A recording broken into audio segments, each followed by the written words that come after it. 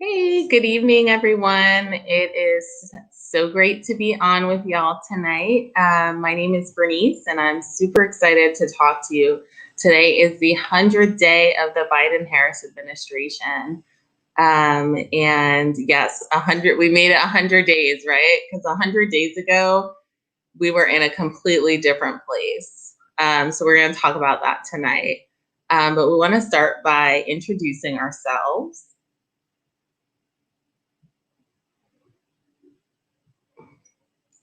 Cool. So I am Bernice and with For Our Future, and we are a grassroots organization that supports progressive policies and candidates. And I am going to kick it over to my colleague, Lisa, to introduce herself and Common Ground. Hey, thanks, Bernice. I'm so excited to be with y'all. I am Lisa Perry, the Executive Director of Common Ground, and just really excited about all of the policy that's coming out of the first 100 days of this administration and seeing some real impactful things being proposed. And so I'm glad to be here and really stoked for the opportunity to just join the conversation and see, how we can focus on how this matters to each and every one of our lives. Awesome. Thank you so much, Lisa. And then last but definitely not least, David, would you like to introduce yourself? Hi, yeah, my name's David. I'm the regional with the other side of Florida, the East Central side, doing Orlando and Orange County area. Yeah, really excited to be here. I mean, 100 days in, it's kind of gone by, but it's really encouraging too for those of us that were going through the past 4 years to really see the kind of change in direction we've had in just this small measurement of 100 days to take a look at what's all happened. I'm really glad to be here.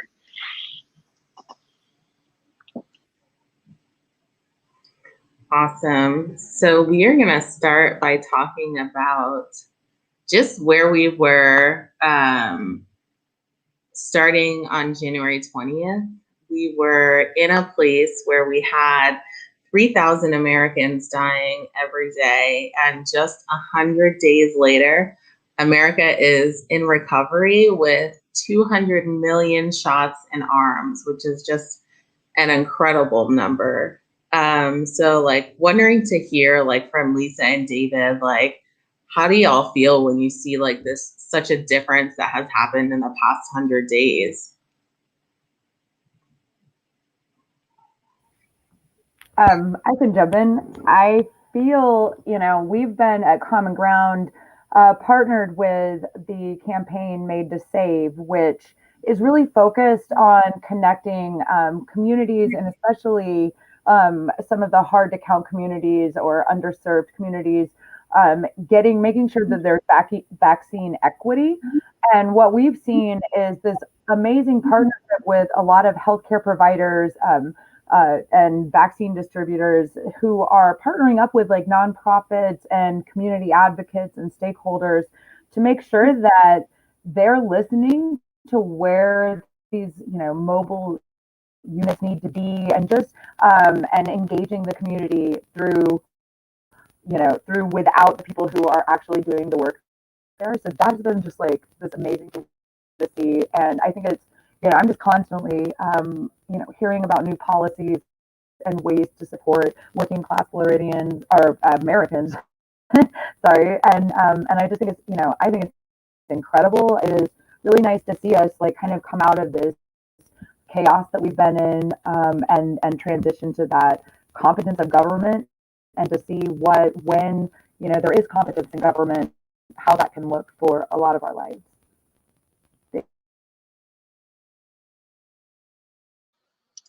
Yeah, and I'll of course say that 100 days ago, unless you were a healthcare worker or within a certain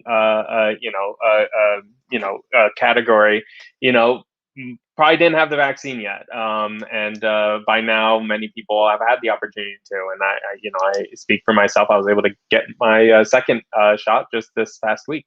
And so that's a really great feeling, knowing that well on the way of moving past the pandemic, and it's been through a rollout that I just can't imagine having happened under the Trump administration, and really with a sort of a competency of governing that we've gotten to see from President Biden and the rollout this past 100 days to get as many shots in arms that it doubled the initial goal, which I think is really incredible, and that many people can be living examples of that, having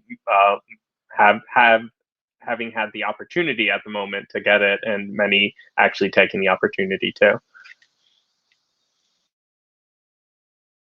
Yeah, awesome. I want to move us to talking about like this huge piece of legislation that has helped us achieve like all the goals that y'all are talking about, which is the American Rescue Plan. Woohoo! That was my enthusiastic woohoo. But seriously, American Rescue Plan has been just incredible for Floridians and incredible for folks across the country.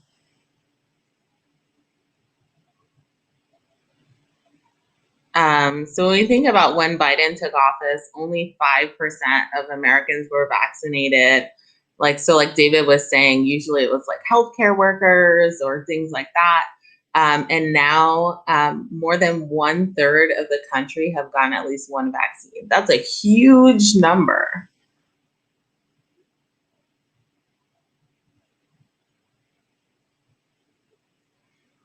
And the other thing American Rescue Plan did was we got our stimulus checks. We're trying to be intentional about not using stimmy. I know that that's what they're using on Twitter, but we're going to say stimulus checks on this conversation. But 85% of American households, if they haven't already, they will receive their $1,400 checks. And so for an average family of four, that is $5,600, and that is real money helping folks like put food on the table, pay down debt, and keep a roof over their head. I'm curious to hear like from Lisa and David, like what stories y'all have heard about how the stimulus has helped folks.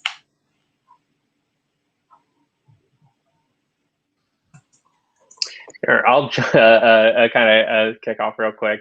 Yeah, I mean, I think almost everyone has gotten a chance to get their either direct deposit or a check in the mail by now, and so that has it's been a help for myself, for a number of people that I certainly get to know, and it's just a simple question of, oh, did you get it yet, and what have you been doing with it? And I don't think anyone could say it's like the most revolutionary thing. $1,400, for lots of people that doesn't necessarily cover 1 or 2 months of rent. But it has been a really big help, and I think it's really good that it was a priority put into the first 100 days, and something that was just delivered on as quickly as conceivably possible, at least with the legislation being what it is. Yeah, and I would agree that I think it's amazing to see that it was such a priority, and that it just expanded to such a vast amount of Americans and just so quickly, right? Like that just turned around almost overnight. And the stories that we've been hearing are for people that it's just that like thing that needed to get them over the edge, whether it was actually making a dental appointment or just that cushion so that groceries are covered, or there's like your car's running on fumes and you're overdue for an oil change and then the tire popped. It's like it's that difference that it can make in someone's life, where I think that one expense away from like an absolute emergency is where most Americans live, right? And so I think that when you are able to not only just like have a little bit of support to kind of cover some of those immediate costs, but possibly you get caught up, and I don't know, it's a crazy thought, but a little bit ahead too, right? Where it's like just stashing a couple $100 extra in the bank can make a huge difference in a family's life when it comes to nutrition, right? So I think that we've heard incredible stories about small changes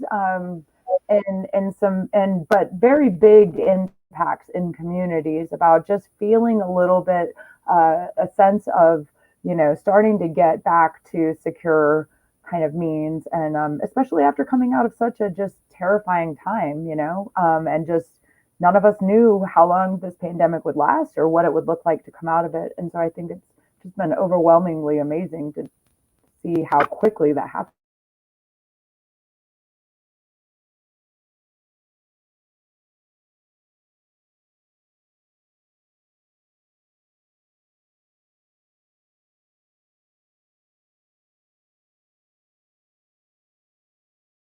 Awesome. One other thing that the American Rescue Plan did was it actually expanded the child tax credit. And so starting in July, every family will receive $3,000 for each child between the ages of 6 and 17, and $3,600 for children under 6.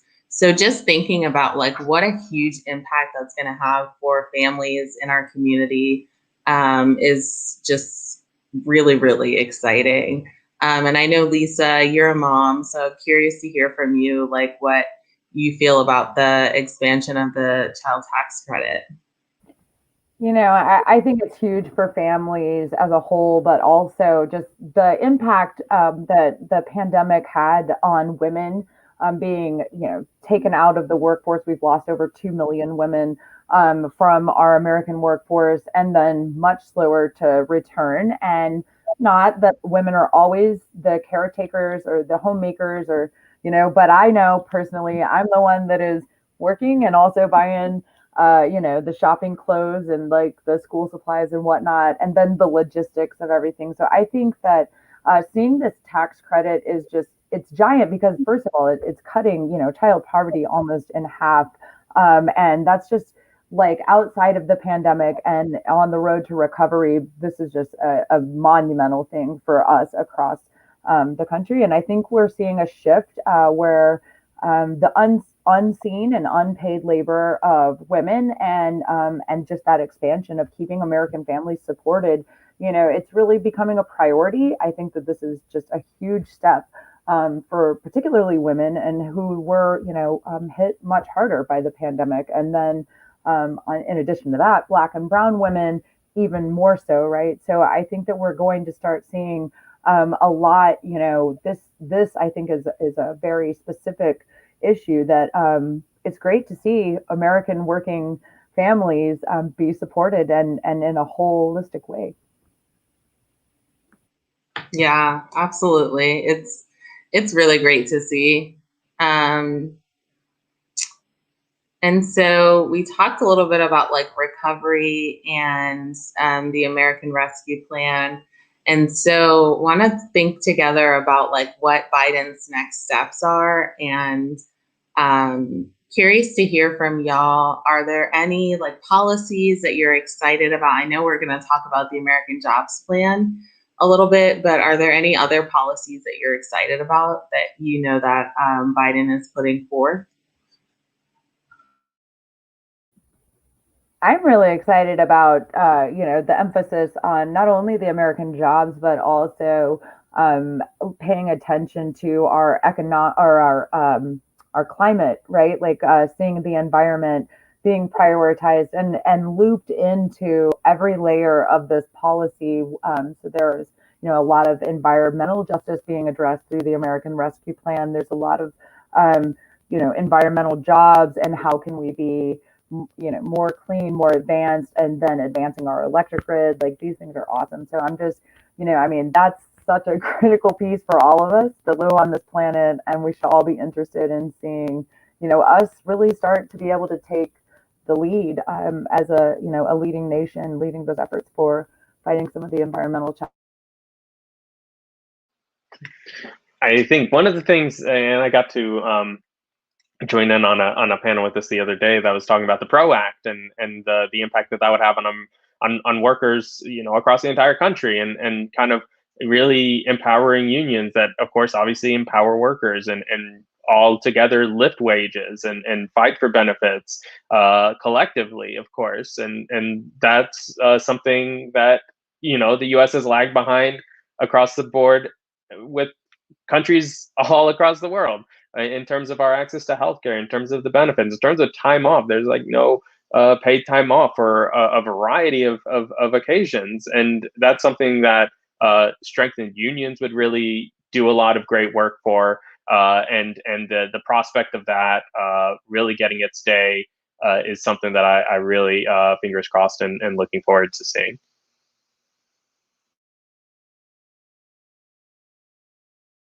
Awesome. So let's dive a little bit deeper into the American Jobs Plan. I know we mentioned it, but the American Jobs Plan, it's basically a plan that focuses on recovery efforts to create like a stronger economy. And it's an economy that rewards work, not wealth, and gives people the chance to succeed.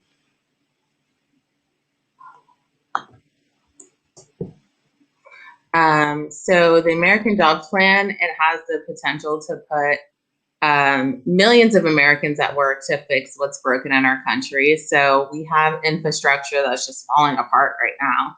We have 1/3 of our bridges and over 40% of public roadways need repair.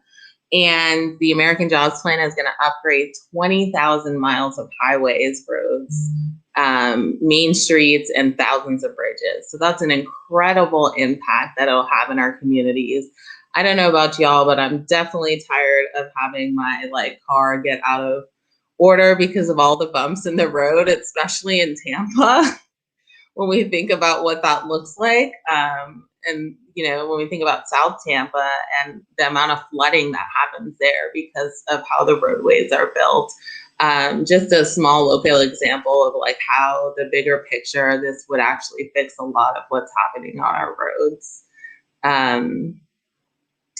So yeah, this is going to have a huge impact on us. And curious about Lisa and David, how you guys feel about the potential of this plan, knowing that it's going to be paid for by actually taxing corporations and stuff like that. So we're not adding to the national debt. So curious about how y'all feel about it, and what were your initial reactions when you first heard about American Jobs Plan?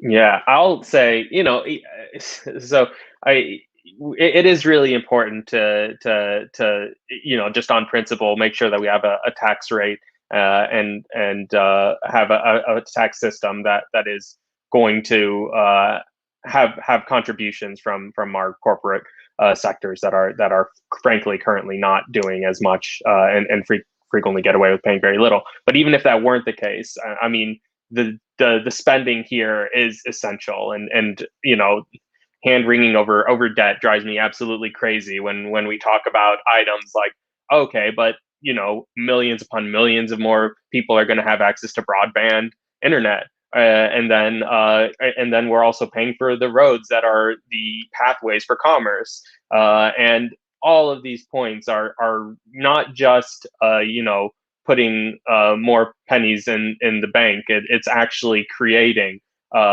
opportunities, creating ways for us as a country to really advance. And so that's when we're talking about what what this bill actually comes out to, and obviously the ways in which we can make it equitable for how we're really paying for it as a country. I think it's all just really positive stuff. So I'm, for one, really hoping that we can see this be the next, big piece of legislation that'll get passed. Yeah, and I love the piece of it that it's building jobs and opportunities for all Americans, right? So not college dependent, right?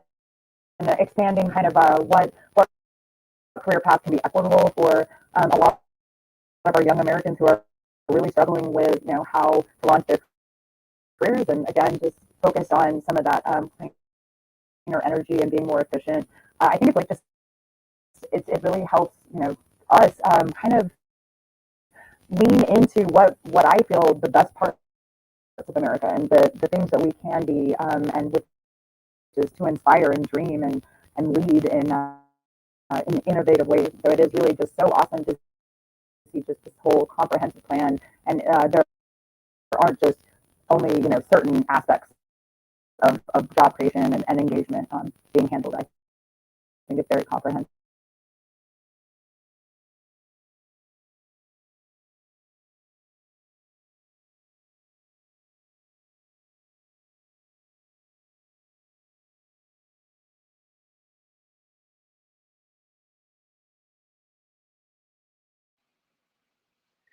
Uh, Bernice, you have muted yourself. I'm on mute. Sorry. I get so excited. I just start talking and forget about the mute button. So I apologize. But one of the things that I know that Lisa mentioned was the idea of environmental justice. And this plan will not only upgrade our infrastructure, but actually make it more sustainable. Thinking about like, how can we create green jobs and address issues that are related to climate change. And so that's part of the intention of this plan, is to actually help communities withstand like extreme weather storms. When we think about like massive hurricanes or massive snowstorms that are just getting worse, and the impacts of the climate crisis.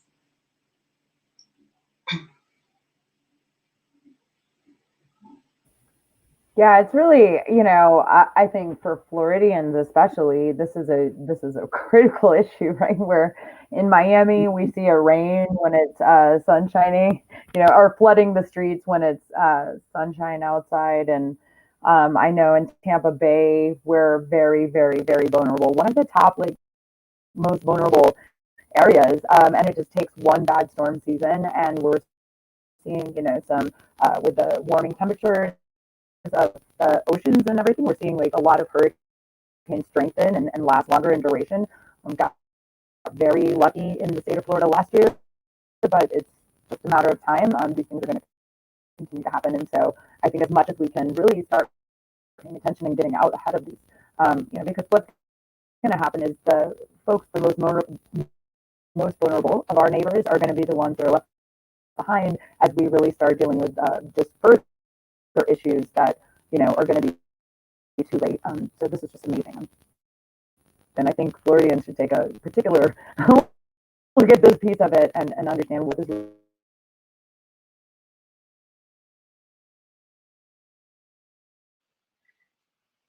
Yeah, I think that and like adding on to that, of course, just the way we're really going to expand, the meaning of infrastructure, I think, is really awesome. It is taking on some broader meanings, and the fact that it is becoming intersectional with climate science, and making sure that we are building a grid that is green. I think it's necessary, and perhaps overdue, but it is at least going to be a continued step in the right direction.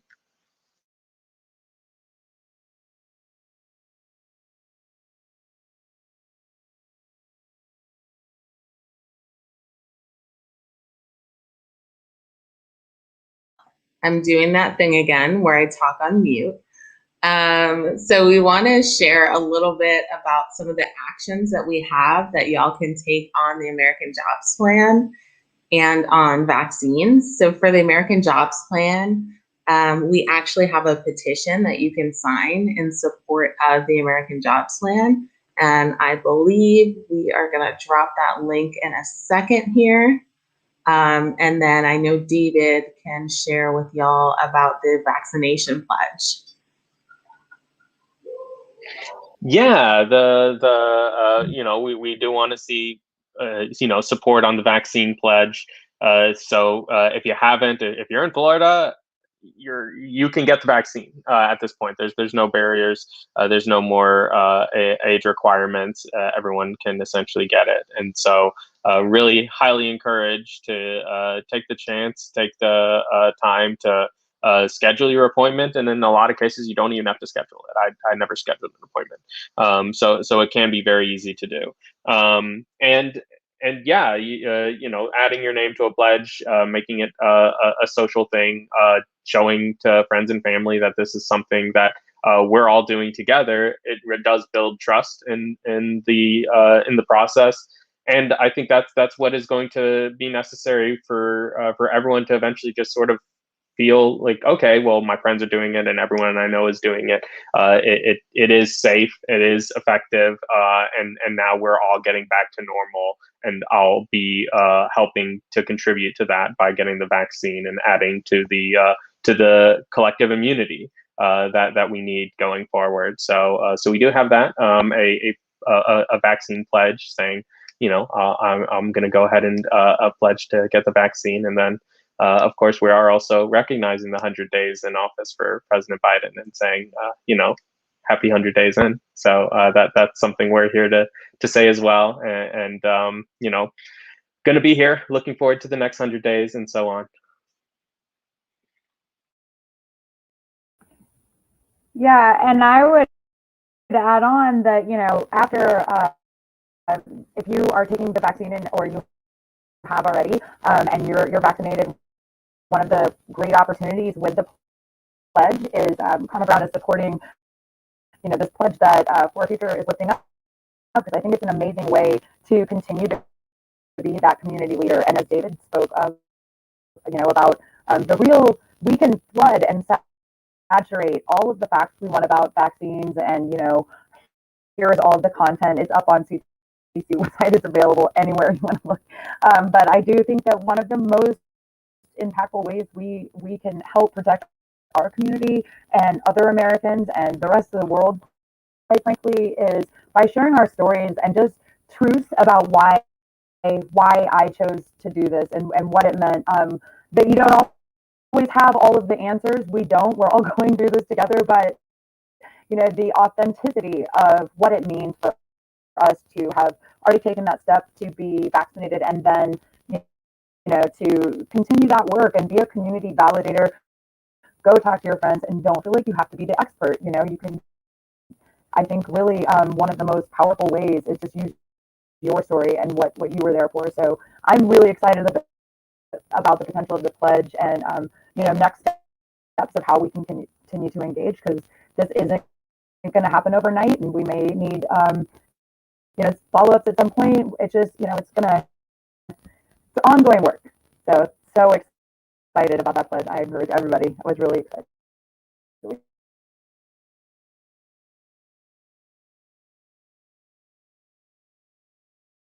Well, I want to thank you, Lisa, so much for being on with us tonight. I think you just added so much richness to the conversation. So really appreciate the time that you took to be with us tonight. And of course, my colleague, David, thank you for being a real one, and appreciate you as well.